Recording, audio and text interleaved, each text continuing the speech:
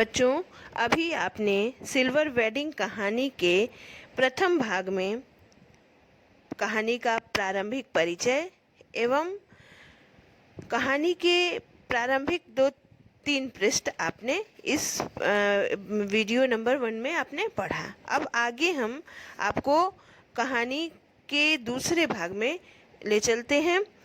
बच्चों, इस वीडियो को देखने से पहले आप पहले अपनी एनसीईआरटी की वेदान की पुस्तक अपने समक्ष खोल करके बैठेंगे और उसके बाद आप पढ़ेंगे, क्योंकि जहाँ तक मुझे प्रतीत हो रहा है कि वीडियो में जो चैप्टर मैं अपलोड कर रही हूँ वो बहुत क्लियर नहीं आ रहा है। तो अगर आप पुस्तक सामने रख के बैठेंगे तो आपको किसी भी प्रकार की कोई कठिनाई नहीं होगी। चलिए पढ़ते हैं बच्चों। चड्ढा ने जोर से कहा, बड़े बाऊ, आप किन ख्यालों में खो गए? मेनन पूछ रहा है कि आपकी शादी कब हुई थी। यहाँ पर यशोधर बाबू से उनके ऑफिस के उनके मित्र और सहयोगी उनके शादी का वर्ष एवं समय पूछते हैं। यशोधर बाबू ने सकपका अपना बढ़ा हुआ हाथ वापस खींचा और मेनन से मुखातिब होते हुए बोले, now let me see, I was married on 6 February 1947। Menon ने फौरन हिसाब लगाया और चहक कर बोला, many happy returns of the day sir. आज तो आपका सिल्वर वेडिंग है, शादी को पूरा 25 साल हो गया। यहाँ पर यशोधर पंत को उनके सहयोगियों द्वारा यह बताया जाता है कि आज आपकी शादी की 25वीं सालगिरह है, और जिसे यशोधर पंत भूले हुए थे, उन्हें स्मरण भी नहीं था। यशोधर जी खुश होते हुए झेपे और झेपते हुए खुश हुए। यह अदा उन्होंने किस अंदाज से सीखी थी?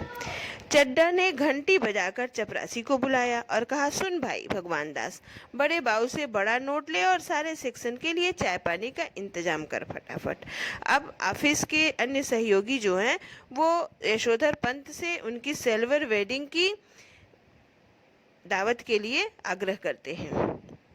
यशोधर जी बोले, अरे ये वेडिंग एनिवर्सरी वगैरह सब गोरे साहबों के चोचले हैं, हमारे यहाँ थोड़ी मनाते हैं। चड्ढा बोले, मिक्सचर मत पिलाइए गुरुदेव, चाय मट्ठी लड्डू बस इतना ही तो सौदा है, इसमें कौन सी आपकी बड़ी माया निकली जाती है? बच्चों, बड़ी माया, माया का अर्थात यहाँ पर धन से लिया है कि इतना सूक्ष्म जलपान की बात है, इसमें कौन सी आपके बहुत अधिक पैसे खत्म हो जा रहे हैं, खर्च हो जा रहे हैं। यशोधर बाबू ने जेब से एक बटुआ और बटुए से 10 का नोट निकाला और कहा, आप लोग चाय पीजिए, दैट तो आई डू नॉट माइंड, लेकिन जो हम लोगों के कस्टम में नहीं है, कस्टम मतलब रीति रिवाजों में नहीं, उस पर इंसिस्ट करना, दैट मैं समहाउ इम्प्रॉपर फाइंड करता हूँ। बच्चों, जैसा कि मैंने आपको कहानी के प्रारंभ में ही बताया था कि यशोधर बाबू दो जुमले मतलब एक ऐसा वाक्य जिसको वो पूरी कहानी में बार बार रिपीट करते हैं, समहाउ इम्प्रॉपर, और मुझे तो मैं इस चीज़ को पसंद नहीं करता। समहाउ इम्प्रॉपर मतलब उसको मैं उपयुक्त नहीं समझता हूँ। और फिर उन्होंने कहा कि ये वेडिंग एनिवर्सरी वगैरह तो सब अंग्रेजों की प्रथा है, हमारे यहाँ थोड़ी ये सब मनाते हैं। चड्ढा ने 10 का नोट चपरासी को दिया और पुनः बड़े बाऊ के आगे हाथ फैला दिया। एक नोट से सेक्शन का क्या बनता है? रुपए 30 हो तो चुग्गे भर का, यानी और अन्य आगे और पैसे का आग्रह करने लगा। सारा सेक्शन जानता है कि यशोधर बाबू अपने बटुए में 100-150 रुपए हमेशा रखते हैं, भले ही उनका दैनिक खर्च नगण्य है, और तो और बस टिकट का खर्च भी नहीं। गोल मार्केट से सेक्रेटरिएट तक पहले साइकिल से आते जाते थे, इधर पैदल आने जाने लगे हैं, क्योंकि उनके बच्चे आधुनिक युवा हो चले हैं और उन्हें अपने पिता का साइकिल सवार होना सख्त नागवार गुजरता है। बच्चों के अनुसार साइकिल तो चपरासी चलाते हैं, बच्चे चाहते हैं कि पिताजी स्कूटर ले लें, लेकिन पिताजी को समहाउ स्कूटर निहायत बेहुदा सवारी मालूम होती है, और कार जब अफोर्ड नहीं की जा सकती तब उसकी बात ही सोचना क्यों। इस कहानी में यशोधर पंत के बारे में कह रहे हैं कि यशोधर पंत हमेशा अपने पास पैसे तो रखते थे, परंतु वो पैदल ही आते जाते थे, क्योंकि उनके प्रारंभिक दिनों में अपने वो साइकिल से आते जाते थे। परंतु जब से उनके बच्चे बड़े हुए हैं, बच्चों का ये मानना है कि साइकिल चपरासी चलाते हैं। बच्चों, आजकल की जो मानसिकता का परिवर्तन है, मैंने शुरू में ही आपसे कहा था कि प्रस्तुत कहानी में पीढ़ी अंतराल इसका मुख्य वर्ण विषय है। पीढ़ी अंतराल अर्थात जनरेशन गैप, दो पीढ़ियों के बीच का जो गैप है, जो विचारों का विरोधाभास है या विचारों का जो अंतर है, वही इस कहानी में मुख्य रूप से वर्णित हुआ है। आजकल हमारे समाज में व्यक्ति की पहचान उसके गुण से, उसके चरित्र से न हो करके आज बाहरी आडंबर दिखावे से होने लगी है। ये हमारे समाज की या हमारे समाज के लोगों की बहुत ही निम्न और तुच्छ मानसिकता का परिचायक है। इसी मानसिकता पर इस कहानी में व्यंग भी किया है। कहते स्कूटर तो निहायत बेहुदा सवारी यानी स्कूटर और कार अफोर्ड नहीं की जा सकती, और व्यक्ति के पास साइकिल है, परंतु वो साइकिल सामाजिक मर्यादा के विरुद्ध होने के कारण वो नहीं चला पा रहे हैं कि लोग उन्हें कम आर्थिक पृष्ठभूमि का समझेंगे। मतलब आज के युग में एक तरह से आडंबर, दिखावा की प्रवृत्ति दिन प्रतिदिन बढ़ती जा रही है, और यशोधर पंत के बच्चों में ये प्रवृत्ति भी दिखाई देती है।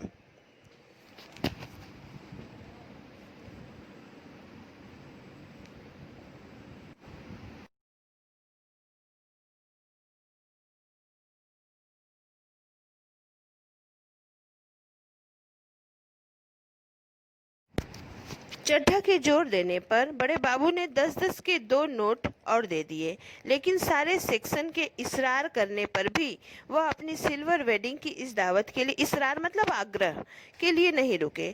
मातहत मतलब जूनियर्स लोगों से चलते चलाते थोड़ा हंसी मजाक कर लेना किसनदा की परंपरा में है। उनके विरुद्ध उनके साथ बैठकर चाय पानी और गप गपाष्टक में वक्त बर्बाद करना उस परंपरा के विरुद्ध है।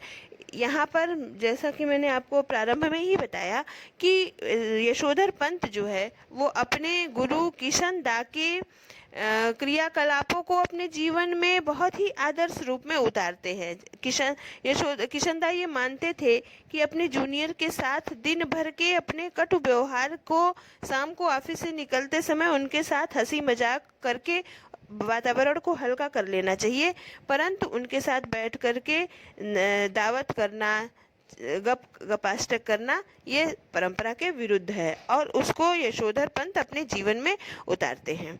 इधर यशोधर बाबू ने दफ्तर से लौटते हुए रोज बिरला मंदिर जाने और उसके उद्यान में बैठकर कोई प्रवचन सुनने अथवा स्वयं ही प्रभु का ध्यान लगाने की नई रीत अपनाई है। यानी अब यशोधर बाबू ऑफिस से लौटते समय बिरला मंदिर में जाकर के वहां पर बैठ कर के प्रवचन सुनते हैं या प्रभु का ध्यान लगाते हैं। उनकी बात सुनकर पत्नी और बच्चों को बहुत अखरती है। यानी यह कार्य उनके परिवार को अच्छा नहीं लगता है। बब्बा, आप कोई बुढ़े थोड़ी हैं जो रोज रोज मंदिर जाएं, इतने ज्यादा व्रत करें, ऐसा कहते हैं वे। यशोधर बाबू इस आलोचना को अनसुना कर देते हैं। सिद्धांत के धनी किसनदा की यही निशानी है। यानी यशोधर पंत ये मानते हैं कि जब आपके विचारों से कोई प्रभावित न हो और आपके विचारों के विरुद्ध बात करे तो उसकी बात, यदि आप उसको बदल नहीं सकते हो तो उसकी बात को अनसुना कर देना ही श्रेयस्कर है। बिरला मंदिर से उठकर यशोधर बाबू पहाड़गंज जाते हैं। घर के लिए साग सब्जी खरीद लाते हैं। किसी से मिलना मिलाना हो तो वह भी इसी समय कर लेते हैं। तो भले ही दफ्तर 5 बजे छूटता हो, वह घर 8 बजे से पहले नहीं पहुंचते। आज बिरला मंदिर जाते हुए यशोधर बाबू की निगाह उस समय अहाते पर पड़ी जिसमें कभी किसनदा का 3 बेडरूम वाला क्वार्टर हुआ करता था, जिस पर इन दिनों एक 6 मंजिला इमारत बनाई जा रही है। इधर से गुजरते हुए कभी के DIZ एरिया की बदलती शक्ल देखकर यशोधर बाबू को बुरा सा लगता। ये लोग सारा गोल मार्केट तोड़कर यहाँ एक मंजिला क्वार्टरों की ऊंची इमारतें बना रहे हैं। यशोधर बाबू को पता नहीं है कि वे लोग ठीक कर रहे हैं या गलत। उन्हें यह जरूर लगता है कि उनकी यादों के गोल मार्केट के ढहाए जाने का गम मनाने के लिए उनका इस क्षेत्र में रहना निहायत जरूरी है। उन्होंने एंड्रयूजगंज, लक्ष्मीबाई नगर, पंडारा रोड जैसी बस्तियों में पद के गरिमा के अनुरूप D2 टू टाइप क्वार्टर मिलने की अच्छी खबर आई है, मगर हर बार उन्होंने गोल मार्केट छोड़ने से इनकार कर दिया। जब उनका क्वार्टर टूटने का नंबर आया, तब उन्होंने इसी क्षेत्र की इन बस्तियों के बचे हुए क्वार्टरों में एक अपने नाम अलॉट करा लिया। पत्नी के यह पूछने पर कि जब यह भी टूट जाएगा तब क्या करोगे, उन्होंने कहा तब की तब देखी जाएगी, और कहा और उसी तरह मुस्कुराए जिस तरह किशनदा यह फिक्रा कह करके मुस्कुराते थे। यहाँ पर यशोधर पंत की जो पुरानी चीज़ों को पुराने सिद्धांतों या पुरानी चीज़ों से जो गहरा लगाव प्रदर्शित होता है, और कहते हैं कि जब उनके किशनदा जिस आवास में रहते थे, जिस क्वार्टर में रहते थे, वो क्वार्टर टूट रहा है, परंतु फिर भी वो नई कॉलोनी में नए फ्लैट मिलने की उनको सूचना भी आई है, परंतु वो नए फ्लैट लेने के बजाय उन पुराने बचे हुए पुराने मकानों में रहना श्रेयस्कर समझते हैं। इस प्रकार उनके इस क्रियाकलाप से उनकी पुरानी चीज़ों के प्रति जो आकर्षण है वह प्रदर्शित होता है। सच तो यह है कि पिछले कई वर्षों से यशोधर बाबू का अपनी पत्नी और बच्चों से हर छोटी बड़ी बात पर मतभेद होता है, और इसी वजह से वह घर जल्दी लौटना पसंद नहीं करते। जब तक बच्चे छोटे थे तब तक उनका पढ़ाई लिखाई में मदद कर। अब यशोधर बाबू शाम के समय अपने काम से जल्दी इसलिए नहीं लौटना चाहते थे कि घर का वातावरण उनके मनोनुकूल नहीं था। बात बात पर पत्नी और बच्चों से उनकी बेवजह की तकरार हो जाती थी, जिसके कारण क्योंकि दोनों के विचारों में बहुत अधिक विरोधाभास था। इस कारण से वह अपने घर समय से नहीं लौटना चाहते थे।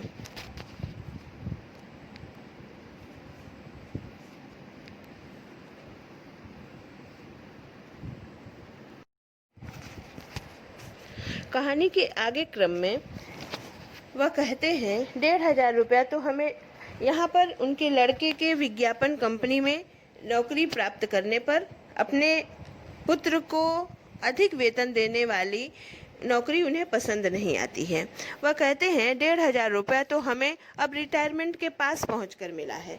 शुरू में 1500 रुपया देने वाली इस नौकरी में जरूर कुछ पेच होगा। पेच मतलब कुछ गलत कार्य कराए जाते होंगे। यशोधर जी का दूसरा बेटा दूसरी बार आईएएस देने की तैयारी कर रहा है, और यशोधर बाबू के लिए यह समझ सकना असंभव है कि जब यह पिछले साल एलाइड सर्विसेज की सूची में माना काफ़ी नीचे आ गया था, तब इसने ज्वाइन करने से इनकार क्यों कर दिया। उनका तीसरा बेटा स्कॉलरशिप लेकर अमेरिका चला गया है, और उनकी एकमात्र बेटी न केवल तमाम प्रस्तावित वर अस्वीकार करती चली जा रही है, बल्कि डॉक्टरी की उच्चतम शिक्षा के लिए स्वयं भी अमेरिका चले जाने की धमकी दे रही है।